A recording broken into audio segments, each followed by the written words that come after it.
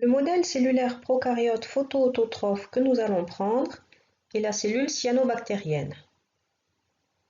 Tout d'abord, que signifie photoautotrophe, sous-entendu photoautotrophe au carbone? Trophe se réfère à l'alimentation. Cette alimentation se fait à partir d'une source d'énergie lumineuse, d'où le préfixe photo. L'alimentation se fait également à partir d'une source de carbone qui est d'origine minérale, en l'occurrence le CO2, d'où le terme auto. L'organisme fabrique ses propres molécules organiques à partir uniquement de molécules minérales. La photoautotrophie est un type trophique qui se déroule notamment via la photosynthèse. Les cellules prokaryotes qui réalisent la photoautotrophie sont les cyanobactéries, encore appelées cyanophycées, ou anciennement nommées de façon inappropriée algues bleues. Mais attention, en réalité, elles n'ont rien à voir avec des algues et ce sont bien des bactéries. Voyons l'exemple d'Oscillatoria. Oscillatoria est un groupe de cyanobactéries, un genre, plus précisément, de cyanobactéries, comprenant plusieurs espèces. Ici, le type d'espèce ne nous intéresse guère, mais nous mentionnerons donc Oscillatoria sp avec Oscillatoria qui correspond au nom de genre portant une majuscule et sp signifiant species ou espèce qui indique que l'on va étudier une espèce donnée au sein du genre, mais sans préciser laquelle. À quoi ressemble Oscillatoria? Oscillatoria est un organisme sous forme de filament vivant dans l'eau douce ou l'eau marine. On peut la voir ici au microscope optique avec un grossissement de 40. On peut discerner différents éléments rectangulaires qui se répètent le long du filament. Chaque élément correspond à une cellule. Une photo au microscope électronique, c'est-à-dire une électronographie, permet de donner plus de détails. Sur cette photo, en 2 dimensions, donc prise au microscope électronique à transmission, le grossissement important, en l'occurrence de 40 000, permet de préciser l'ultrastructure. On va pouvoir repérer tous les éléments caractéristiques d'une cellule, à savoir une membrane plasmique qui forme le contour, qui va avoir des rôles de protection et d'échange avec l'environnement, un cytoplasme, lieu du métabolisme, et enfin une information génétique sous forme d'ADN qui sera exprimée au cours de la transcription et transmise en utilisant le phénomène de réplication. Voyons plus précisément où se trouvent ces différents éléments.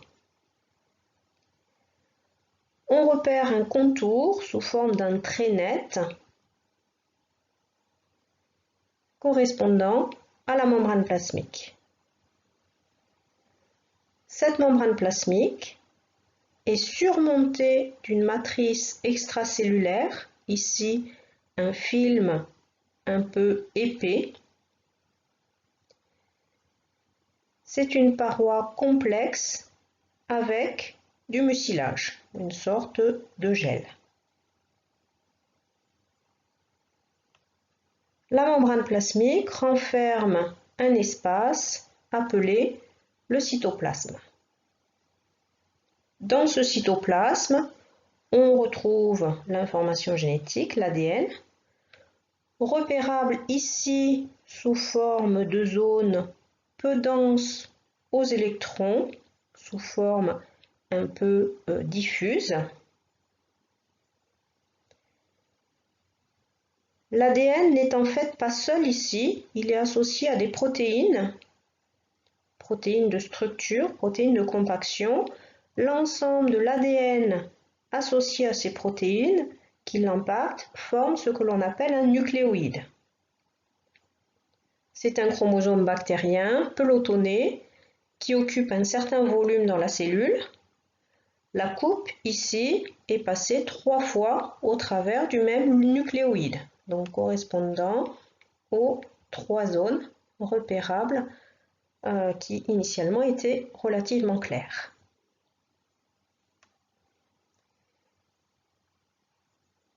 On peut dire que la cellule en question est une cellule de type prokaryote. La justification sera indiquée ici avec une astérix. La cellule est prokaryote car l'ADN est non enveloppé. Il n'y a pas de noyau, pas d'enveloppe nucléaire. On ne repère pas de contour circulaire net autour de l'ADN et des protéines de compactage. On a donc bien affaire à un nucléoïde et non à un noyau.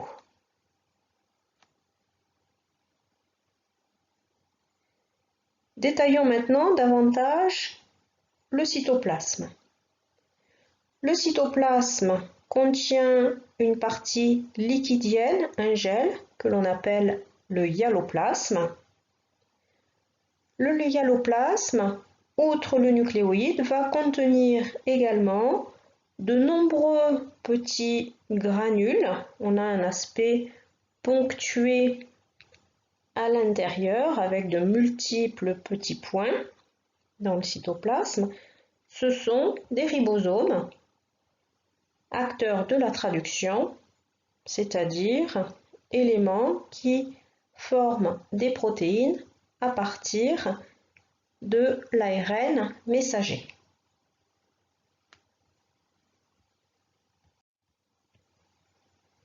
On retrouve également dans le hyaloplasme de nombreuses inclusions correspondant à des réserves azotées ou protéiques. Je ne vous demanderai pas ici de retenir les noms précis. Et enfin, cette cellule prokaryote a pour particularité de posséder de très nombreuses membranes dans le cytoplasme.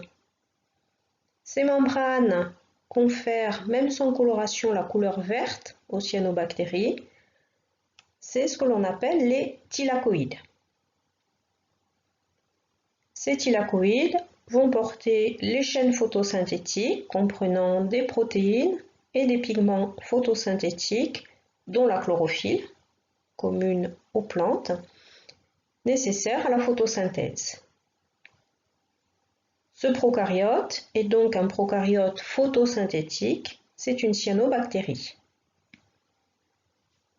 Chez les cyanobactéries, contrairement à ce qui était visible chez Escherichia coli, il y a un début de compartimentation cellulaire avec les thylakoïdes qui correspondent à des compartiments.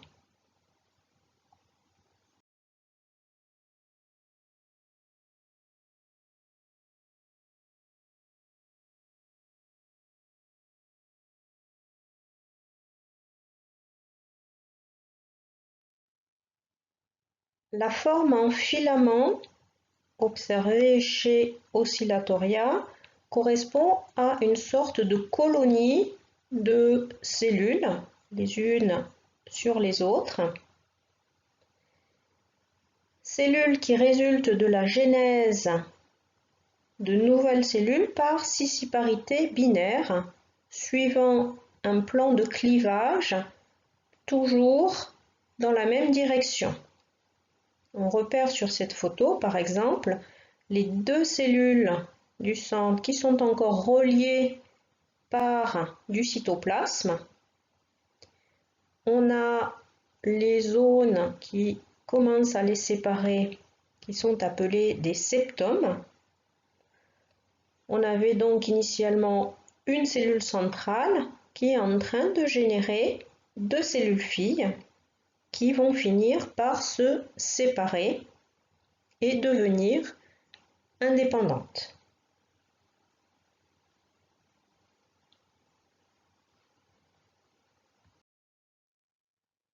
Pour ce document, je ne redétaillerai pas toutes les légendes, je vous renvoie aux informations fournies en dessous. Vous pourrez également vous entraîner en cachant ces légendes pour essayer de les trouver, de retrouver les éléments remarquables et vous vous auto-corrigerez en visualisant le texte. Je ne m'attarderai ici que sur l'information supplémentaire qu'apporte cette électronographie par rapport à la précédente. Ici, la netteté est meilleure que sur le cliché précédent et l'on repère plus de détails, notamment au niveau des thylakoïdes. En effet, on peut voir de petits points denses aux électrons ou des bâtonnets sur la membrane des thylakoïdes. Ces éléments sont des complexes contenant protéines et pigments, dont on ne détaillera pas le nom, impliqués dans la capture d'énergie lumineuse. Ils vont jouer les mêmes rôles que les photosystèmes chez les végétaux.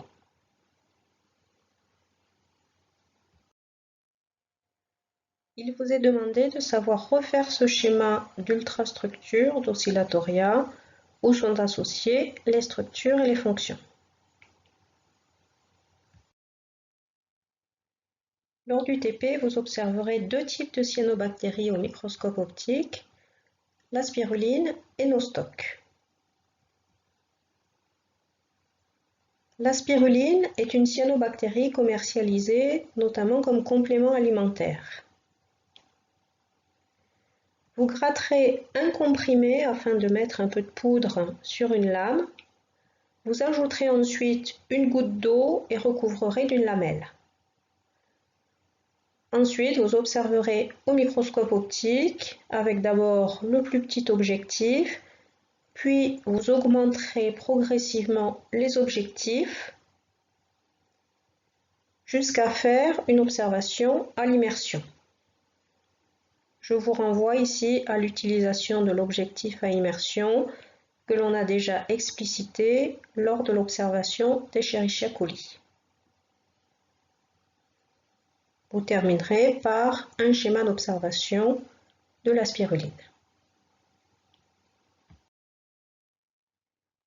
Vous observerez également une colonie de Nostoc à l'œil nu avant d'analyser des préparations microscopiques. Nostoc correspond à une colonie de cellules sous forme de lame verte gluante lorsqu'elle est hydratée. Elle est également surnommée crachat de lune car elle est capable de se déshydrater et ensuite de proliférer rapidement lorsqu'elle est exposée à l'humidité. Lors du TP, vous prélèverez un peu de la colonie que vous mettrez entre lame et lamelle dans une goutte d'eau. Là encore, vous observerez d'abord avec les objectifs les plus petits pour aller jusqu'à l'objectif à l'immersion. Vous pourrez également observer la préparation du commerce. Vous réaliserez à la fin un schéma d'observation. Pour cela, vous devrez repérer les fils de cellules, ou cellules entre guillemets classiques, c'est-à-dire des cellules cyanobactériennes réalisant uniquement la photosynthèse, avec le même type d'organisation qu'Oscillatoria, mais en plus, quelques cellules de plus grosse taille, plus volumineuses que les précédentes, qui ont une certaine différenciation cellulaire qu'on ne pourra pas voir réellement au microscope optique, mais ces cellules nommées hétérocystes ont pour capacité de fixer l'azote atmosphérique. Dans cet exemple de Nostoc, on a donc une colonie avec un début de différenciation cellulaire, ce qui préfigure la différenciation cellulaire qui pourra être ensuite plus poussée chez les cellules eucaryotes.